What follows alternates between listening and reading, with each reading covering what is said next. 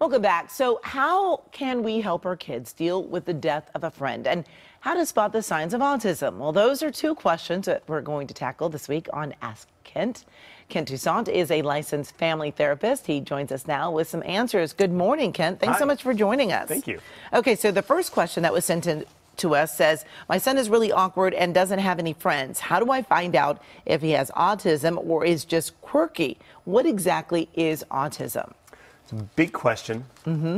So I'm just going to talk about it very basic level. Okay. So there's two big parts of autism. One is a struggle to have interpersonal relationships. Okay. Struggle to share emotions, understand other people's emotions, share interests. Another thing could also, the other part is restricted or behavior or interests. So let's say your kid has a real interest in trains, but nothing else. And so you may be talking about movies or music or dinner, and he keeps talking about trains.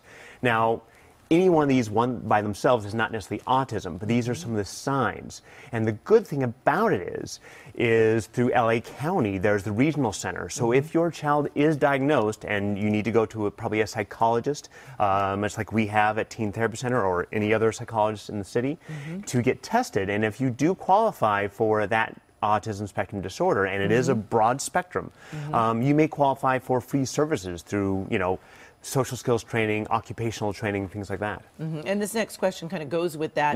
So often when people describe signs of autism, they only describe signs in young kids. I wonder what the subtle signs might be in a teenager.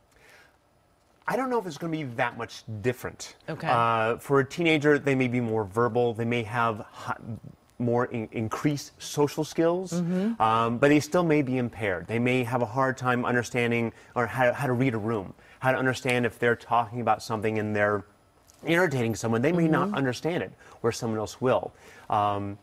So I don't think there's going to be a huge difference. But again, autism spectrum disorder is a very broad diagnosis, and it can show up in a lot of different ways. Certainly good to seek out an expert on that one. Absolutely. Okay, the next question. My 15-year-old son lost a really good friend this past week to a brain aneurysm. My son is very depressed. He doesn't want to see anyone or do anything. It's been about 2 weeks since his friend passed. What can I do? It's a heartbreaking story. I mean, the son lost his friend. Grief is normal, and it's normal to go through this period of increased sadness and sorrow. But the thing about grief is it's best done and as a shared experience.